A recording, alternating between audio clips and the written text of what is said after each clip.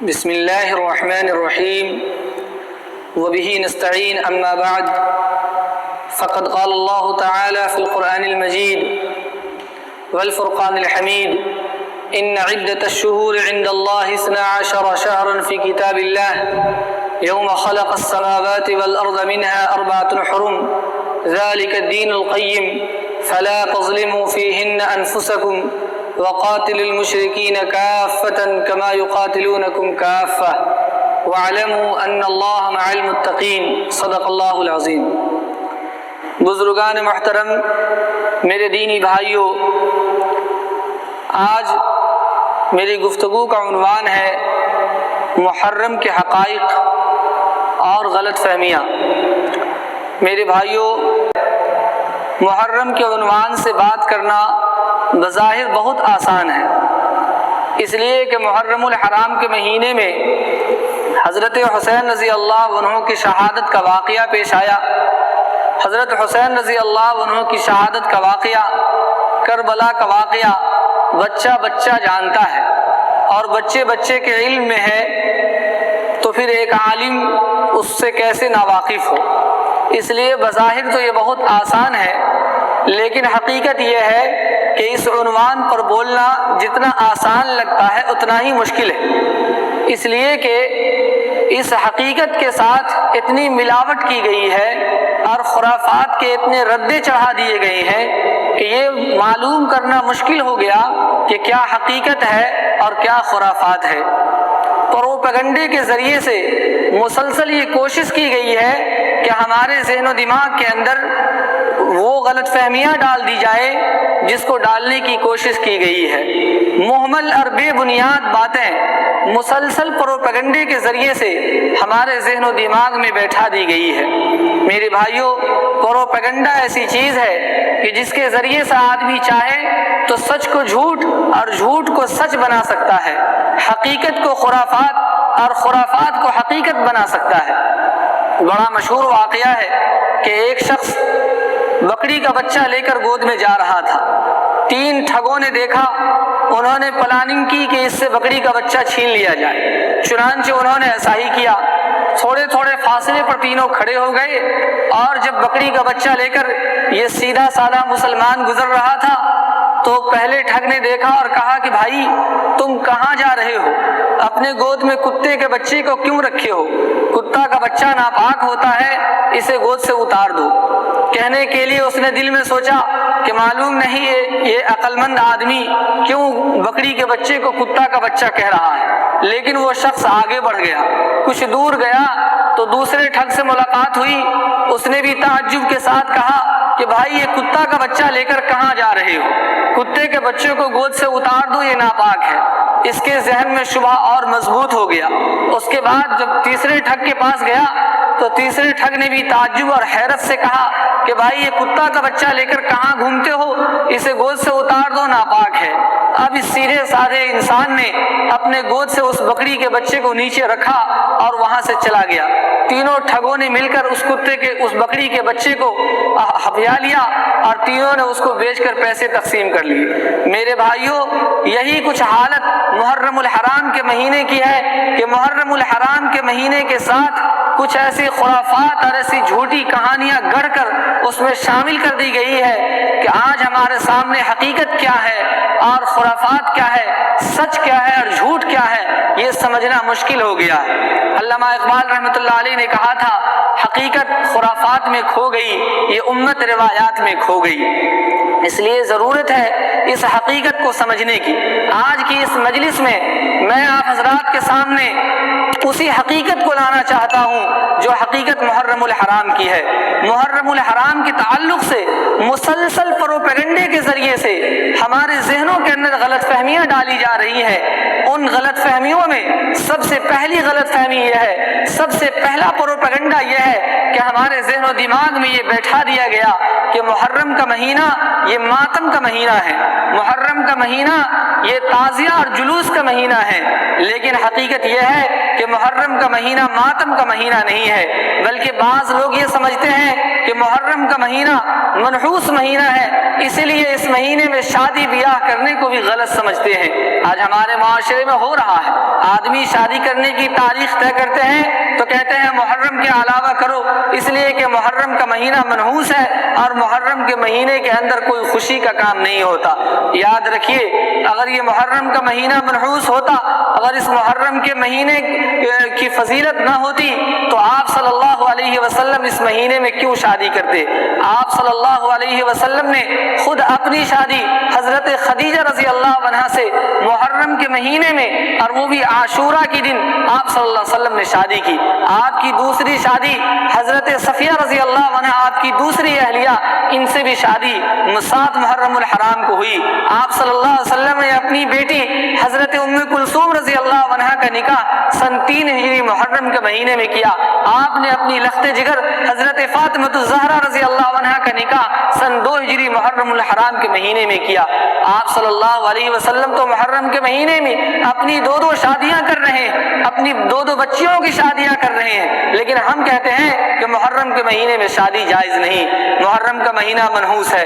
یاد رکھیے، محرم الحرام کے مہینے کے تعلق سے قرآن کریم نے شہادت دی ہے، ان عدت الشہور عند اللہ 12 شہرا فی کتاب اللہ، کہ اللہ کے یہاں 12 مہینے ہیں، ان 12 مہینوں میں 4 مہینے محترم ہیں، حرمت والا مہینہ ہے، اس حرمت والے مہینے میں محرم الحرام کا بھی مہینہ ہے۔ تو یہ پروپیگنڈا ہمارے ذہن میں بیٹھایا گیا کہ محرم کا مہینہ منحوس مہینہ ہے اور محرم کا مہینہ ماتم اور جلوس کا مہینہ ہے، یہ غلط بات ہے، اسے اپنے ذہن و دماغ سے نکال دیجیے۔ دوسری چیز یہ کہ جو لوگ محرم کے مہینے کو حرمت والا مہینہ سمجھتے ہیں، محترم مہینہ سمجھتے ہیں، فضیلت والا مہینہ سمجھتے ہیں، وہاں بھی کچھ غلط فہمیاں ہیں۔ بعض لوگ یہ سمجھتے ہیں کہ محرم کا مہینہ فضیلت والا اس لیے ہے کہ اس مہینے میں حضرت حسین رضی اللہ عنہ کو شہادت کا مقام ملا، لیکن یہ بات بھی غلط ہے، اس لیے کہ محرم کے مہینے کی فضیلت اور حرمت کو قرآن بیان کرتا ہے، اور خود رسول اللہ صلی اللہ علیہ وسلم کے زمانے میں لوگ اس کی حرمت اور اس کے تقدس کا اعتراف کیا کرتے تھے اور وہ اعمال کیا کرتے تھے، اور آپ صلی اللہ علیہ وسلم کی وفات کے تقریباً 60 سال بعد حضرت حسین رضی اللہ عنہ کی شہادت ہوئی، تو کیسے ہو سکتا ہے کہ اس مہینے کی فضیلت حضرت حسین رضی اللہ عنہ کی شہادت کی وجہ سے؟ ہاں، یہ ضرور ہے کہ حضرت حسین رضی اللہ عنہ کی فضیلت کی بات ہے، مزید فضیلت کی بات ہے کہ حضرت حسین رضی اللہ عنہ کو ایسے بابرکت دن میں اللہ نے شہادت کا مقام عطا کیا۔ بعض لوگ یہ سمجھتے ہیں کہ محرم الحرام کا مہینہ اس لیے فضیلت والا ہے کہ حضرت آدم علیہ السلام کو جنت سے دنیا میں بھیجا گیا، وہ عاشورہ کا دن تھا۔ حضرت نوح علیہ السلام کی کشتی جودی پہاڑ سے اتری تو وہ عاشورہ کا دن تھا۔ حضرت ابراہیم علیہ السلام کو آگ میں ڈالا گیا تو وہ اللہ تعالیٰ نے انہیں نجات عطا کی، تو یہ عاشورہ کا دن تھا۔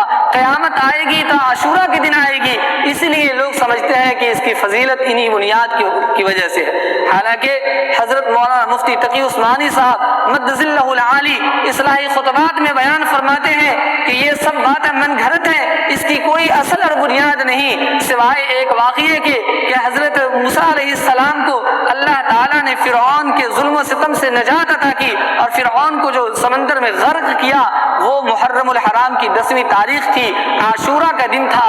صرف ایک واقعہ ہے جس کے بارے میں روایت ہے، باقی کسی بھی واقعے کے بارے میں کوئی اصل اور بنیاد نہیں ہے، اس لیے یہ بات من گھڑت ہے۔ بہرحال محرم الحرام کے مہینے کو اللہ نے تقدس عطا کیا ہے، اللہ نے فضیلت عطا کی ہے، اور خاص طور سے عاشورہ کے دن کو اللہ نے تقدس اور فضیلت عطا کی ہے۔ بس یہ سمجھنا ضروری ہے کہ اس میں ہمیں کیا کرنا چاہیے، یہ سمجھنا ضروری نہیں کہ اس کو تقدس اور حرمت کیوں عطا کیا گیا۔ اس مہینے کے تعلق سے، محرم الحرام کے تعلق سے دوسری غلط فہمی اور دوسرا پروپیگنڈا جو ہمارے ذہن و دماغ میں بیٹھایا گیا وہ یہ ہے کہ حضرت حسین رضی اللہ عنہ کے نام کے ساتھ امام حسین علیہ السلام کہا جاتا ہے۔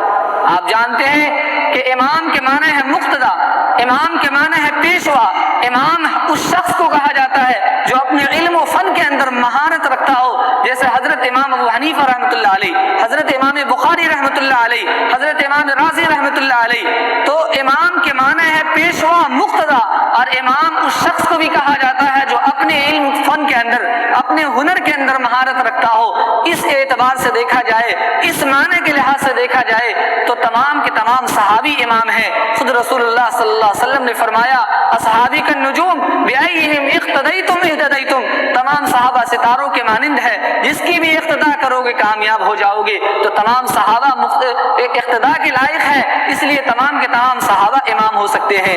علیہ السلام کے لفظ کے معنی دیکھیے، علیہ السلام کے معنی ہے ان پر سلامتی نازل ہو، علیہ السلام کے معنی سلامتی نازل ہو۔ لفظی اعتبار سے کسی صحابی کے لیے بھی کہ استعمال کر لیں جائز ہے، کسی انسان کے لیے، کسی مسلمان کے لیے استعمال کر لیں جائز ہے، لیکن کچھ اصطلاحات ہیں جو مخصوص ہیں، ان اصطلاحات کو ان مخصوص الفاظ کو انہی مقام کے لیے استعمال کرنے کو علماء نے اور عوام نے اور اصطلاح کے اندر اور عرف کے اندر یہی رائج ہے۔ جیسے رضی اللہ عنہ صحابی کے لیے ہے، علیہ السلام انبیاء اور فرشتوں کے لیے ہے، صلی اللہ علیہ وسلم حضور صلی اللہ علیہ وسلم کے لیے ہے۔ آپ غور کریں کہ حضرت ابراہیم علیہ السلام کا نام آتا ہے تو ہم صلی اللہ علیہ وسلم نہیں کہتے، ہم علیہ السلام کہتے ہیں۔ حضرت ابراہیم علیہ السلام پر درود بھیجنا کوئی ناجائز نہیں ہے، جائز ہے، اس لیے تو آپ درود شریف پڑھتے ہیں تو اللہم صلی علی محمد وعلی آل محمد کما صلیت علی ابراہیم پڑھتے ہیں، وہاں آپ درود بھیجتے ہیں۔ لیکن جب ان کا نام مبارک آتا ہے تو ہم صلی اللہ علیہ وسلم کے بجائے ہم ان پر علیہ السلام بھیجتے ہیں، علیہ السلام کہتے ہیں۔ آپ صلی اللہ علیہ وسلم کا نام آتا ہے تو صلی اللہ علیہ وسلم کہتے ہیں، صحابہ کا نام آتا ہے تو رضی اللہ عنہ کہتے ہیں۔ اگر کوئی بزرگان دین انتقال کر گئے ہیں تو ان کے ساتھ رحمت اللہ علیہ کا لفظ لگاتے ہیں۔ کوئی عام آدمی انتقال کر گیا تو اس کو مرحوم کہتے ہیں، حالانکہ مرحوم کے معنی جس پر رحم کیا گیا ہو، جس پر رحمت کی گئی ہو، رحمت اللہ علیہ کے معنی اس پر رحمت نازل ہو۔ ہم سلام کرتے ہیں تو کہتے ہیں السلام علیکم ورحمۃ اللہ، زندوں کو سلام کرتے ہیں، سلامتی کی بھی دعا دیتے ہیں، رحمت کی بھی دعا دیتے ہیں، لیکن اس کو رحمت اللہ علیہ نہیں کہہ سکتے۔ اگر کہیں گے تو لوگ کہیں گے صاحب یہ تو زندہ ہے، آپ ان کو رحمت اللہ علیہ کیوں کہتے ہیں؟ علیہ السلام کہیں گے تو لوگ کہیں گے یہ تو عام انسان ہے، فرشتے نہیں ہیں، نبی نہیں ہے، آپ ان کو علیہ السلام کیوں کہتے ہیں؟ معلوم ہوا کہ کچھ اصطلاحات ہیں، وہ اصطلاحات مخصوص ہیں، فرق مراتب کے لیے یہ اصطلاحات رکھے گئے ہیں۔ لیکن شیعوں کے یہاں ایک خاص اصطلاح ہے، شیعہ حضرات امام کا ایک خاص مطلب لیتے ہیں۔ شیعہ حضرات کے یہاں امام اس شخص کو کہا جاتا ہے جس کا مقام نبی سے بھی بلند ہو، امام اس شخص کو کہا جاتا ہے جس کے اوپر آسمان سے کتابیں نازل ہو، امام اس شخص کو کہا جاتا ہے جو غیب کا علم رکھتا ہو۔ اسی لیے شیعہ حضرات بھی حضرت علی کو امام نہیں کہتے، حضرت ابو بکر کو امام نہیں کہتے، حضرت حسن کو امام نہیں کہتے۔ ان کے یہاں عقیدہ ہے کہ 12 امام ہیں، ان 12 اماموں میں سے حضرت حسین رضی اللہ عنہ بھی ایک امام ہے، اس لیے حضرت حسین رضی اللہ عنہ کے نام کے ساتھ امام بھی لگاتے ہیں اور علیہ السلام بھی لگاتے ہیں، نبی والا اور فرشتہ والا لقب بھی دیتے ہیں۔ تو ہم اور آپ اگرچہ حضرت حسین رضی اللہ عنہ کو امام لفظی معنی سے کہہ دیں، لفظی اعتبار سے کہہ لیں، علیہ السلام کہہ لیں، کوئی مذائقہ نہیں، لیکن ایک خاص اصطلاح میں، ایک خاص نیت سے، ایک خاص مقصد سے شیعہ حضرات ان کے نام کے ساتھ امام بھی لگاتے ہیں، علیہ السلام بھی لگاتے ہیں۔ اب اگر ہم بھی یہی کہنے لگیں تو اس کا مطلب ہے کہ ہم ان کی تائید کر رہے ہیں، ان کو تقویت مل رہی ہے۔ اور قرآن کریم میں اللہ تعالیٰ نے ایک واقعہ بیان فرمایا، یا ایھا الذین آمنوا لا تقولوا راعنا وقولوا انظرنا واسمعوا وللکافرین عذاب علیم۔ نبی اکرم صلی اللہ علیہ وسلم کے زمانے میں بعض منافقین آپ صلی اللہ علیہ وسلم کے دربار میں آتے اور کہتے یا رسول اللہ راعنا۔ وہ راعنا کے ایک معنی ہے میری رعایت کیجئے، میں بات نہیں سمجھتا ذرا ٹھیک سے سمجھا دیجئے، اور ایک معنی یہ ہے کہ اے میرے چرواہے، اور ایک بد دعا کا لفظ بھی ہے، دوسری زبان میں اس کے معنی بد دعا کے بھی ہے۔ اس لیے جب وہ لوگ آتے تھے تو اس نیت سے کہ اے میرے چرواہے، یا اس نیت سے کہ بد دعا کی نیت سے آپ صلی اللہ علیہ وسلم کو راعنا کہتے تھے۔ صحابہ کرام نے اس لفظ کو سنا، صحابہ کرام نے سوچا کہ اچھا لفظ ہے، ہم کو بھی اگر ضرورت پڑے تو ہم بھی یہ لفظ استعمال کریں۔ صحابہ کرام بھی آتے اور کہتے یا رسول اللہ راعنا، مجھے بات سمجھ میں نہیں آتی، ذرا ٹھیک سے سمجھا دیجئے، میری رعایت کیجئے۔ اللہ تعالیٰ نے آیت نازل کی، اے ایمان والو راعنا نہ کہو، اگر تمہیں ضرورت پڑے یہ کہنے کی کہ آپ مجھ پر توجہ دیجئے تو تم یہ کہو انظرنا واسمعوا، تم راعنا کے لفظ کو چھوڑ دو، اس لیے کہ اے مسلمانوں، اے صحابہ کرام، تم اگرچہ اچھی نیت سے کہتے ہو، تمہاری مراد وہ نہیں جو منافقین کی مراد ہے، لیکن منافقین دوسری نیت سے کہتے ہیں اور تم دوسری نیت سے کہتے ہو، مگر تمہارے کہنے کی وجہ سے منافقین کی تائید ہوتی ہے، منافقین کو تقویت ملتی ہے۔ اس لیے اے لوگو رائنا کا لفظ چھوڑ دو اور اس کے معنی میں دوسرا لفظ استعمال کرو۔ میں بھی آپ حضرات سے کہنا چاہوں گا، امام کے معنی اگرچہ آپ مقتدا لیتے ہیں، علیہ السلام کے معنی اگرچہ آپ یہ لیتے ہیں کہ ان پر اللہ کی سلامتی نازل ہو، آپ اچھے نیت سے کہہ رہے ہیں، اچھے معنی میں کہہ رہے ہیں، لیکن شیعہ حضرات خاص عقیدے کے تحت ان کو امام اور علیہ السلام کہتے ہیں۔ اگر آپ بھی کہیں گے تو آپ کے کہنے کی وجہ سے ان کو تقویت ملے گی اور ان کی تائید ملے گی، اور گناہ کی تائید بھی گناہ ہے۔ اس لیے حضرت حسین رضی اللہ عنہ کے نام کے ساتھ امام لگانا اور علیہ السلام لگانا چھوڑ دیں۔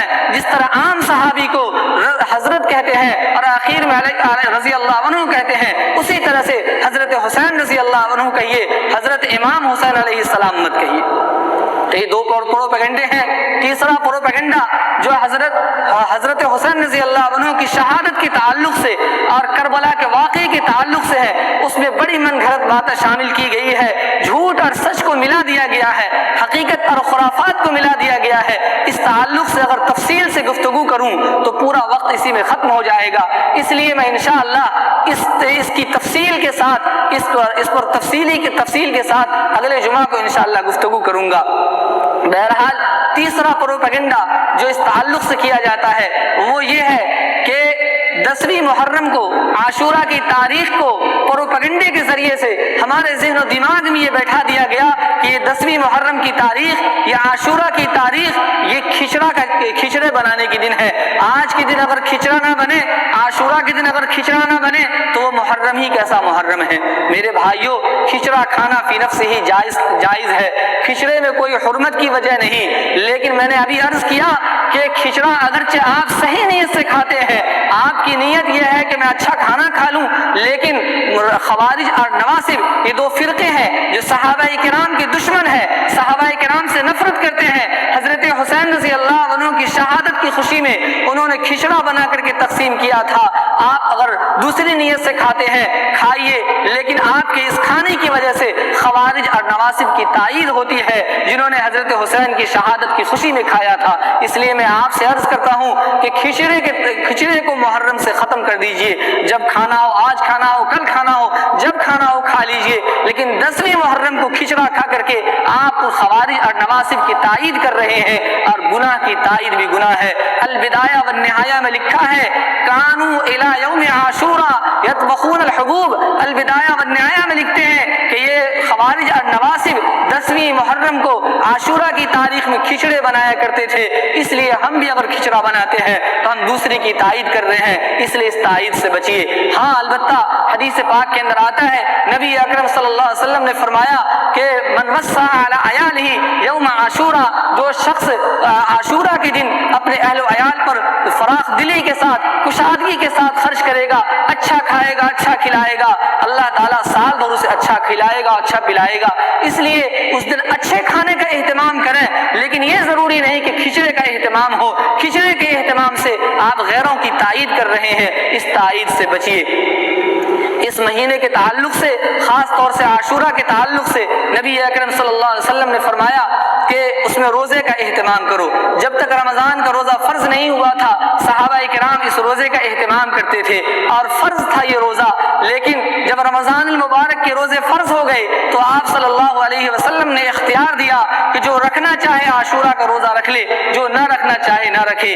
لیکن بہرحال فرضیت تو ختم ہو گئی، لیکن یہ روزہ رکھنا، عاشورہ کا روزہ رکھنا، یہ مستحب اور مسنون ہے۔ آپ صلی اللہ علیہ وسلم نے اپنی وفات سے 1 سال پہلے جو عاشورہ کی تاریخ آئی تو آپ نے صحابہ کرام سے فرمایا کہ لوگوں، اس تاریخ میں ہم بھی روزہ رکھتے ہیں اور یہودی بھی روزہ رکھتے ہیں، اس لیے ہمارا روزہ اور یہودی کا روزہ ایک جیسا ہو جاتا ہے۔ یہودی چونکہ حضرت موسیٰ علیہ السلام کے ماننے والے، انہوں نے اس لیے روزہ رکھنا شروع کیا کہ حضرت موسیٰ علیہ السلام کو اللہ تعالیٰ نے فرعون سے نجات عطا کی اور موسیٰ علیہ السلام کو کامیابی ملی اور فرعون کو اللہ نے اس سمندر میں غرق کیا۔ وہ عاشورہ کی تاریخ تھی، اسی کے شکرانے کے طور پر موسیٰ علیہ السلام بھی روزہ رکھتے تھے اور ان کے ماننے والے بھی روزہ رکھا کرتے تھے، تو یہودی اس وجہ سے روزہ رکھتے تھے۔ آپ صلی اللہ علیہ وسلم نے فرمایا کہ ہم بھی روزہ رکھیں گے، لیکن ہم ایک روزہ آگے یا ایک روزہ پیچھے بڑھا لیں گے تاکہ ہماری مشابہت یہودیوں سے ختم ہو جائے۔ یہودی ایک روزہ رکھتے ہیں، ہم 2 روزے رکھیں گے تو ہماری مشابہت ختم ہو جائے گی۔ میرے بھائیوں، میرے بزرگوں، اس حدیث کے اندر ہمارے لیے بڑا اہم سبق ہے۔ ذرا سوچئے، ٹھنڈے دل سے سوچئے، آپ صلی اللہ علیہ وسلم نے عبادت کے اندر بھی کسی غیر کی مشابہت کو پسند نہیں فرمایا، اس لیے کہ مذہب اسلام اپنی عبادت کے اعتبار سے، اپنے اخلاق اور کردار کے اعتبار سے، ہر اعتبار سے مذہب اسلام فوقیت رکھتا ہے، اس لیے دوسرے مذہب کی مشابہت کو پسند نہیں کرتا ہے۔ مذہب اسلام میں کسی بھی معاملے میں کسی کی مشابہت پسند نہیں ہے۔ آپ صلی اللہ علیہ وسلم نے عبادت کے معاملے میں مشابہت کو پسند نہیں کیا، لیکن آج ہم اللہ سے بغاوت کے معاملے میں، اللہ کی نافرمانی کے معاملے میں، خرافات کے معاملے میں، بدعات کے معاملے میں دوسرے کی مشابہت اختیار کر رہے ہیں۔ شیعہ حضرات تعزیہ بناتے ہیں، بنائیں، شیعہ حضرات سجدے کرتے ہیں، تعزیہ کو کرتے رہیں، شیعہ حضرات سبیلہ لگاتے ہیں، لگاتے رہیں، شیعہ حضرات جو کچھ بھی کرتے ہیں وہ اپنے مذہب کے اعتبار سے کرتے ہیں، اپنے مسلک کے اعتبار سے کرتے ہیں، لیکن ہم تو شیعہ نہیں ہیں، ہم تو سنی ہیں، ہم کیوں ان کے تہوار کو مناتے ہیں، ہم کیوں ان کے نقش قدم پر چلتے ہیں، ہم کیوں ان کی مشابہت اختیار کرتے ہیں؟ اس لیے میرے بھائیوں، میرے نوجوان ساتھیوں، آپ حضرات سے میں گزارش کروں گا کہ شیعہ حضرات جو کرتے ہیں انہیں کرنے دیجئے۔ ہمارے لیے کرنے کے وہ کام ہیں جو ہمارے پیغمبر صلی اللہ علیہ وسلم نے بتایا، اور وہ یہ ہے کہ عاشورہ کے دن ہم روزے رکھیں، اپنے اہل و عیال پر خوش دلی کے ساتھ خرچ کریں۔ فقہا نے لکھا ہے کہ عاشورہ کا روزہ رکھنا یہ مستحب ہے، اگر کوئی شخص ایک روزہ رکھنا چاہے تو رکھ سکتا ہے، اس کی اجازت ہے، لیکن مکروہ تنزیہی ہے۔ البتہ اگر ایک روزہ پہلے یا ایک روزہ بعد کی ملا لے تو زیادہ بہتر ہے، زیادہ اچھا عمل ہے۔ اللہ تبارک و تعالی ہم سب کو کہنے سننے سے زیادہ عمل کی توفیق عطا فرمائے، غیروں کی مشابہت سے بچنے کی توفیق عطا فرمائے، اور عاشورہ کے روزے کے اہتمام کی توفیق عطا فرمائے۔ وآخر دعوانا ان الحمد للہ رب العالمین۔